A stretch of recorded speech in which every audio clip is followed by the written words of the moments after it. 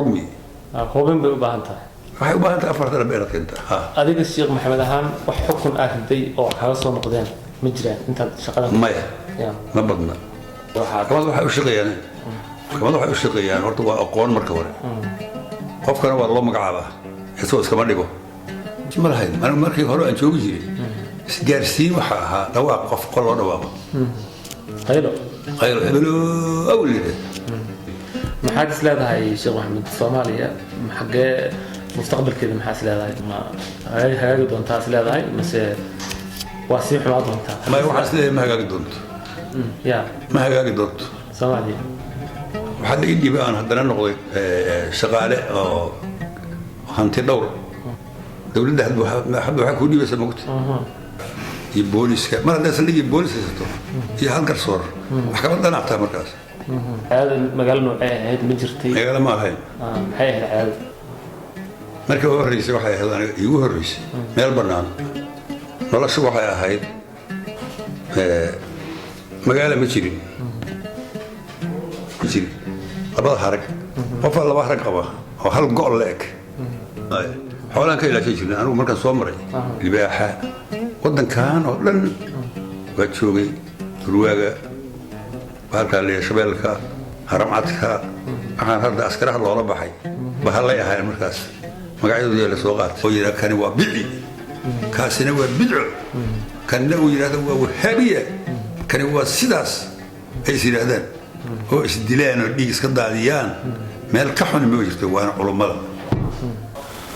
Sheekh Maxamed Guuleed Kaynaan oo ka mid ah culimada waaweyn ee deegaanada Galmudug ama guud ahaanba dalka Soomaaliya ahaan wuxuu ku dhow yahay 90 sano Sheekh Maxamed Guuleed Kaynaan waxa uu ka shaqeynayay maxkamadaha ama hay'adaha garsoorka in ka badan 50 sano haddaba waxaan halkan ku wareysan doonaa Sheekh Maxamed Guuleed taariikhdiisa nololeedkiisa iyo shaqooyinkii uu soo qabtay iyo way aragnimadiisa dhanka maxkamadaha uu ka soo shaqeeyay iyo shaqooyin kale oo uu ka soo qabtay dawladihii dalka Soomaaliya ka jiray ama soo maray 60kii ama 50kii sano ee u dambeeyay Sheekh Maxamed Guuleed waxa uu la wadaagi doonaa way aragnimadiisa iyo taariikh dheer oo ku saabsan way aragnimadiisa shaqo bulshada Soomaaliyeed halkan ayaad kala socon doontaan wareysi dheer oo aan arrimahaasi ku la fakari doono Sheekh Maxamed Guuleed kusoo dhaw wareysigan iyo warbaahinta oo media marka hore waa ku dhawahay bismillaah waa ku dhawahay dhalashada hadii bal noo soo bilow xagee ku dhalatay xageesay ku barbaartay bismillaah rahmaan rahiim allahumma salli ala muhammad wa ma santahay dhalashadaydii sidii la ii sheegay inuu joogin laakiin waxay ku aadan tahay waxaan ku dhashay mudug waa badan yahay hadda haddii la kala saaro laakiin mudug waa la isku dhihi jiray galguduud iyo garowe iyo gaalkacyo iyo waxaas markaas waa la dhihi jiray mudug laakiin haddana degmada hobyo haddii degmo la yidhaah meel laga xukumo waan ku dhashay la yidhaah waxaan ku dhashay magaciisa xillibi cusbada xarunta cusbada hey hadda warshada laga dhisay aan ku dhashay sanadkan dhashay 90 ma gaarin 90 mar hadda mid qofku 80 iyo dhowr sano 87 sano gelay hadda ma sha Allah intaan wareysiga ama shaqooyinkaaga intaan u guda gelin bal waxaad nala wadaagtaa bal hab nololeedka bulshada sida xilligaas loo noolaa dadku maadaama miyiga aad ku dhalatay miyiga sida looga noolaa xilligaas aan u dhashay iyo markaan wax gartay intii ka dhaxaysa noloshu waxay ahayd magaalo ma jirin waxyaalo badan oo aan jirin lagu noolaa waxay ahayd beec ma jirin caafimaadna ma jirin la isku daweeyo tacliinna ma jirin xagga qur-aanka haddii laga reebo intaas waa maqnay xilligaas iyo markaa soo gaaray ilaa 30 markaa ku imid soo gaaray dhalinteeda ilaa 30 ay soo gaartay intaasba waxay ahayd dhulku waddanka markaas waxaa jiray wuxuu ka xiraa xaggan maaragtay hadda horumarkaan lama haysan oonku waa badnaa ratidhaana oo la saaro 4 jirigaan baa taqaaniini ee 5 habeen dibada iyo 5 maalmood oo intaas biyo laga dhiganayo yaa reerka biyo u ahaa ama la soo waayay dhowr iyo 10 habeen lagu qado oo aan jiidaalkii la haysan biyaha faakada dhar lagu dhaqan qofku ku qubaysan looba quurinba xataa lagu weysaysan laga booraysto oo biyaha la yiraahdo maaragtay adigu biyahaas hadii la helana u badnaa waa nadiif ahayn oo fog oo biyihiisu fiicnayn oo nadiif ahayn u badnaa intaas baa soo aragnay xagga beeca maba jirinba waxba lama gadan jirin waxaa la isku bedela jiray shayga qofku haysto hadduu badar haysto ninkaanna xoolo haysto waa la isku bedela jiray xilli waxaan soo maray aan dharba la qaban dadku dharba qabin maxay xiran jireen waa xiran jireen maqaarka ariga maqaarka xoolaha bal waxaad halkaas hadaan ku hakalno maqaarka sidee loo dharaha loogu isticmaali jiray bal dadka hadda jooga waxaa laga yaabaa inaysan fikrad ka haysanba ama aysan ogeyn marka dadka moogta danta macallinka dhigaysa moogta dhibaatadu iyada macallina waxaa la yeeli jiray haragga waa la samayn jiray waa la hagaajin jiray dhabarta laga hoolayaa waxaa la yeelayaa waa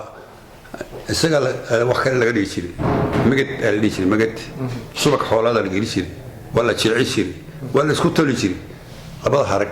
qofaa 2 harag qaba oo hal go' la eg qofaa ka badsada qofaa korna ka qaba hoosna ka qaba hadda wala ma jirto wax la yiraahdo mara wax la yiraahdo haba yaraatay wax qaba ma jirin marka aanu sheegayo marka maqaar ariga qaad dadka ganacsi jiray marka maqaarka ma ya xoolaha kala baxaysa ganacsiga markaan ku yiri haba lama gato suubaga waa iska oola guriga iska yaala ariga jarka waa iska duqduqooba meeshu iska jooga waa la qashawanka waxba lama gatoba waa xilligii gumaysiga ingiriiska iyo ay haysteen talyaaniga wadanka meeshaas wuxuu ahaa xilligii gumaysigu ah anugu garaadkay waa gumaysigii talyaaniga iyo ingiriiska wuxuu xiray beec oo dhammaan laga xiray maqaarka marka xoolaha maqaarka la isticmaali jiray marka ma ariga kaliya ariga wey iyo ugaarta ariga la eg waxbaa la isku samaysan jiray magacyo marka la marka dhar ahaan maadaama loo isticmaali jiray magacyadiisi maxaa ka xasuustaa magacyadiisa sida dharka kale ahaa mid go' sare ah oo shaal ah odayaasha maaragtay noqdoonada waaweyn afar harag la isugu xiro oo la isugu talo oo subag laga badiyo la jilciyo mara oon adaga laga dhiga camal mara xoog leh oo la isku harqaamo inta la qaato dun iyo la qaato maaragtay mudac iyo wax la tuntay lagu talo jiray go' weyn qaadanaya ninkan marka wuxuu qabi jiray go' weyn oo kore oo maqaar ari laga sameeyey oo faraq leh waa suldaan markaas ama sida ugaaskii waa dadka magaca leh wadoonnadii dadka kale hadduu helo wuxuu dabada ku xirto wax kale maba fiiri jirin anu xilligaas waa soo maray ma xasuustaa marka xilligaas wax dibad laga keeno ma jirin oo dadka Soomaaliyeed ay cuni jireen aad xasuustaa ama isticmaali jireen maba jirin wax la keeno beec la yiraahdo ma jirin raashinaan jirin maacuuntan iyo waxaan wax lagu aan jirin weelasha waxa laga tolo jiray geedaha iyo qabada iyo arjeega iyo alaabta la yiraahdo xoolaha lagu maalo ama la dhaansado dheri waxa laga samaysan jiray dhoobo la sameeyay anu aan ogaa oo wax uga cunay oo laga dhigo dheri cashuun oo kale cashuun hada taqaani cashuunka biyaha daruusha kaasoo kale laga sameeyay jiray cuntadan inta lagu karsado sigan lagu karsan jiray hakada waa weynaado geel hadii la qasho kaas lagu karsanay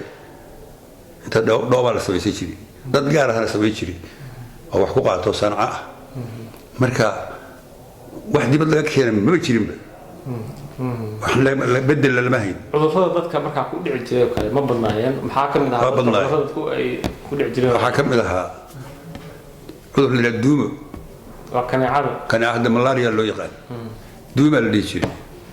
kugi duuma ay aad maqlaysa kaneecadu waa imaanaysa dad badan u dhiman jireen markaas meel uu hoydan la waayay awadi geeda inta kor la dhiso kor geeda kor laga sameeyo alla fooli jiray la seexan jiray naagta caruurta ciida odagu inta geed dhiso karo geed la dhiso oo caws ku raro oo korkiisa ka sameeyo meel sariir camal ah halkaa la fuuli jiray baasha hoos u daatimaad waatahay sheekh maxamed damac waraysigan waa dheeraa doonaa wax badanaa ka sheekay doonaa oo ku saabsan shaqada marka taariikhda shaqada iyo arrimahaas waa dib u dhiganayna laakiin arrinta baadiyaha hadda nolosha baadiyaha wax yar ku hakaraynaa bal ka waran marka adigu baadiyaha joogtay xilligaas saasaa loo noolaa dadkii mataqaanaa dhar waxaa ahaa haragga xoolaha iyo ugaarta dherina waxaa ahaa dhoobada dabcan dee dadku waa ka maarmaynba sidaada hadalkaa ka muuqataa wax laga keeno dibadda laga keeno waa ka maarmayn waxaad marka warbixin naga siisaa bal ruwaag kale iyo libaaxa iyo wax aad kaa soo maray oo ma jiraan ama aad ka sheegi karto dugaaga la yidhaha wax dugaaga adiga dhexmara ma jiraan wax dugaaga la yidhaha libaaxa weyn dawacada iyo ruwaaga iyo xilligaas way badnaayeen soo maha waa badnaayeen xoolaan ka ilaashan jirnay anigu markaan soo maray libaaxa waddankan oo dhan waa joogay ruwaaga bahalkaa la shabeelka haramcadka waxaan hadda askaraha loola baxay bahallay ahaayeen markaas magacyadooda la soo qaatay marka xoolaha maalintii si dhib leh looga ilaashan jiray oo laga yaabo inuu kaa boobo bahalku habeenkiina ka badarna xero weyn inta la oodo oo geedo la dhiso oo ma la soo mari karin libaaxa usoo dhacay marka marka wax adiga iyo duwaageeda dhex maray ma jirtaa sheeko ah oo nala wadaag waa jira maxaa ka mid ah anoo agoon aho waa oo ciddaba u ron oo jira xooga 15 jir amala waraabe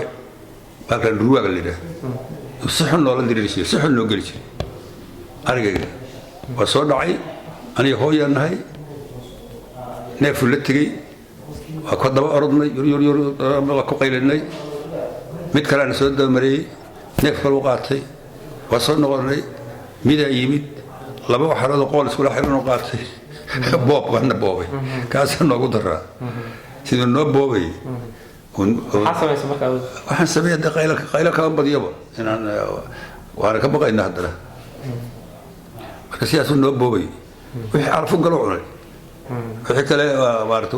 ilaahay waa nooga caysh marka waraabe sidaasuu ahaa libaaxna sidoo kale ahaa waxaa igu daraa anuu soo yidhi oo jiifa maaragtay guri inaan guuro rabo oo reemiya maaragtay aan rabo inaan ku guuro oo intay bahal durwaa leeraa u yimid halkaa godan dhuuntaa ku dhiftay halkaas ku gowraa waana layshtay maa cunay aniga ma kicin tacbaadkiisa kuma kicin waa jiif subaxdii aan guur maagay isagoo lafaahan meeshii lafihiisa soo ku dhameeyay